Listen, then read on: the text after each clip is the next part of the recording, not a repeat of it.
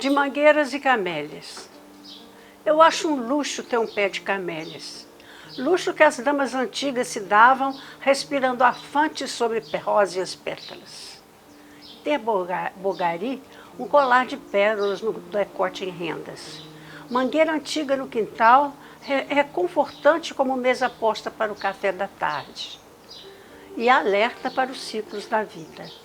Todo ano é a coreografia de cores, o cheiro das mangas verdes, o gosto carnudo das mangas maduras, o penetrante das mangas que apodrecem no chão de terra, moscas que zigue-zagueiam e zumbem, algazarra das maritacas em bando. Um descanso.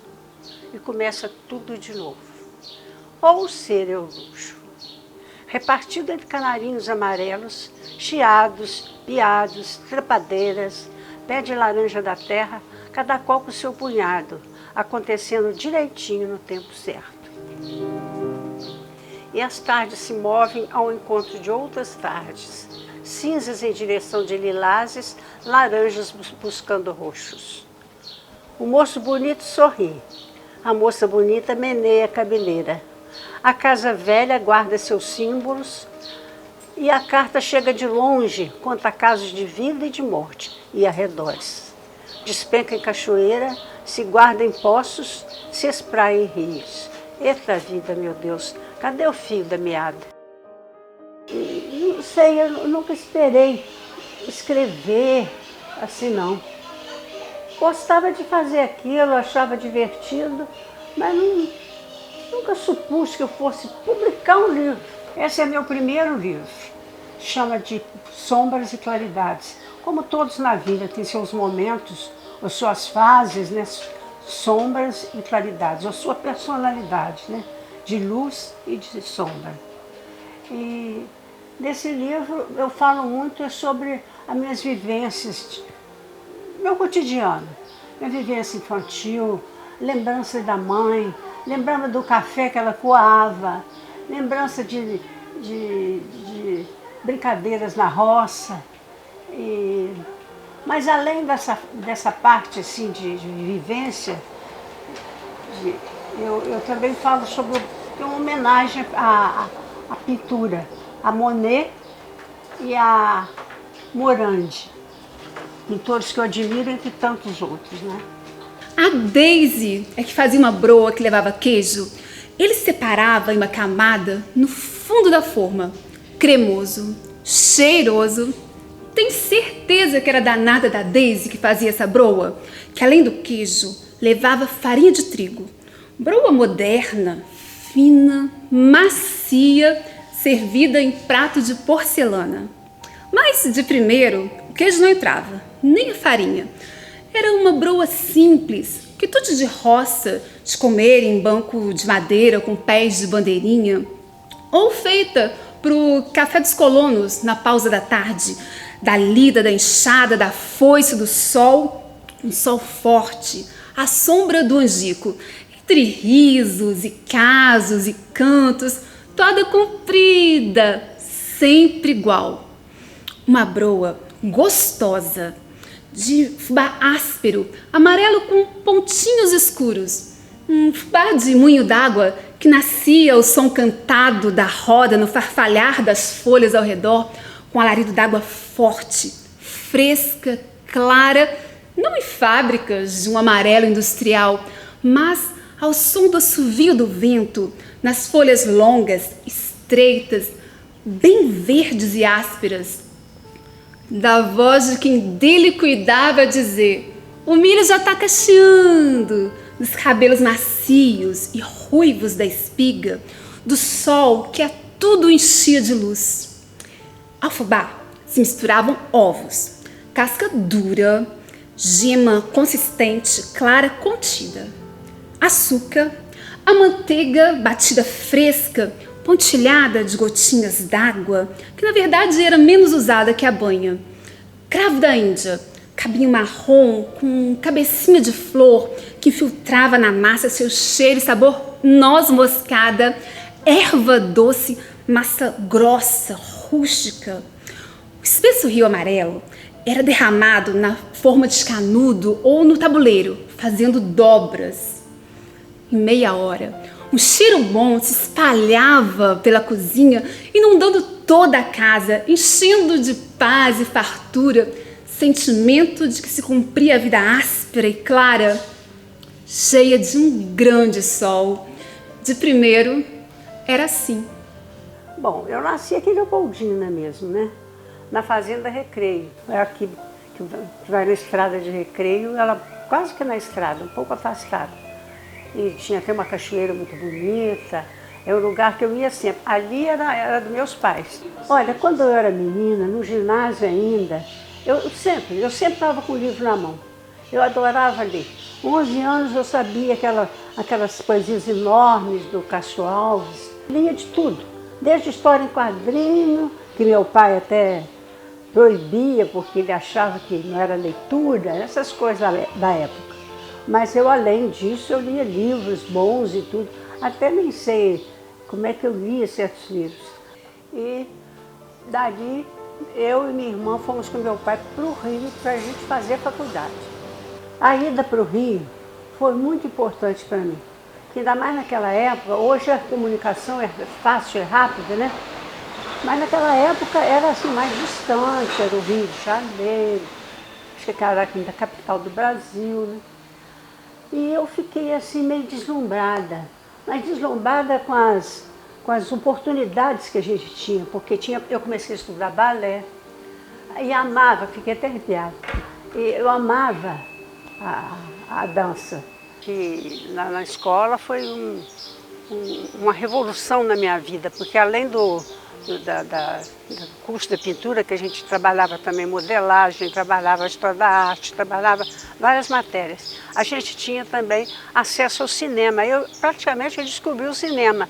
Não que aqui em Leopoldina não tivesse, tinha, mas não era a mesma coisa. E eu então apaixonei pelo cinema, fiquei conhecendo um pouco, né, dos diretores, dos atores. Foi outra olhada, outro foco de cinema. Mas aí, quando eu acabei o curso, passado um pouco, eu voltei para Leopoldina, porque sabe esse negócio de o amor. Aí voltei e comecei a trabalhar na Escola Parque. E nisso, então, né, casei, tive 6 filhos, sendo que eu perdi um. Olha, por incrível que pareça, eu comecei a escrever que eu fiz um livrinho em francês, porque eu estava muito entusiasmada que eu estava estudando Aliança aqui em Leopoldina mesmo. Estava estudando Aliança francesa e eu então fiz um livrinho. Aliás, quase todas as poesias são dedicadas aos meus filhos. Depois comecei a escrever em português mesmo assim, mas nunca com pretensão nenhuma. Achava que aquilo era assim, ou uma catarse, ou uma, sei lá. Mas aí eu comecei a mostrar assim, alguma pessoa mais perto de mim. E até que eu ganhei um prêmio do Talentos da Maturidade. E eu ganhei o primeiro prêmio entre 900 pessoas. Aí foi indo, escrevendo e pintando um pouco. Mas a questão de prazeroso entre a minha pintura e a minha cor, eu não sei dizer não, porque inclusive eu nunca olhei assim como muito prazeroso não. Porque às vezes você tem uma certa angústia de conseguir alguma coisa que não está vindo, sabe? Até, por exemplo, quando eu ganhei esse prêmio, eu tinha escrito uma poesia com a qual eu ganhei o prêmio, mas eu não terminava, não estava conseguindo terminar. Então, um dia, brotou. Eu terminei, mas eu fiquei numa felicidade que eu falo, eu fico até arrepiada. É muito mais prazeroso a hora que você consegue fazer uma coisa que você acha que ficou bom, sabe? É melhor ainda do que publicar, do que ser reconhecida por alguns, né? E é isso, eu acho que Prazer, tem a parte de prazer e tem a parte de uma certa angústia. A minha inspiração sempre veio muito do cotidiano, do meu quintal, que eu tenho até um poema sobre ele, falo várias vezes.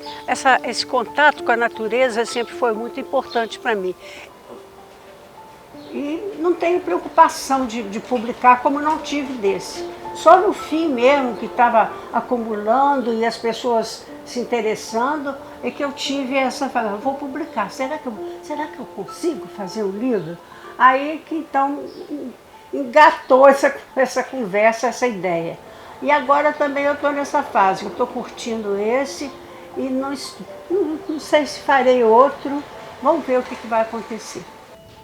A mangueira não se contenta com as folhas compridas, grandes e certas vírgulas verdes, aros de luz, pausas de sombra. Na paz frondosa das manhãs e tardes, quer respirais sarabandas verdes, força, virilidade, feminilidade seiva. Frutos carnudos, sensuais, cores quentes adocicadas, caldo escorrendo amarelo de lábios vermelhos. Tronco grosso, escuro, razões raízes profundas que sugam o mistério da terra. A vida tá como quer, deu o braço à luz e passei arrastando invisíveis saias no meu quintal. Descalça, pisando gravetos de sol, espremendo barro e galho entre os dedos, se entrelaçando em laranjas, ocres e musgos, cheiros e gostos, coroada de borboletas, dançarinos retalhos coloridos, perfumada de lírios de paz, tropeçando em viçosas pedras, na paisagem que se complica em cores. Uns descobrem a América, outros a gaveta ou o quintal. E o que é o meu quintal? A luz e a sombra que se escora nela? Ventinhos faceiros? Beijos brejeiros? Maria regateira? São os medos da infância? Meu quintal é invisível? Festa, flor? As latas? As lagartas? Como pintar, tornar objeto de pendurar na parede e enfeitar sala? Toda a vida e morte do meu quintal? Vida vai, pisando barro, se lambuza de teias de aranha e céu, mastiga capim e estrelas, inventa quadros razões e acredita nelas. Meu quintal se encerra nos limites dos muros ou viaja na aragem que os transpõe?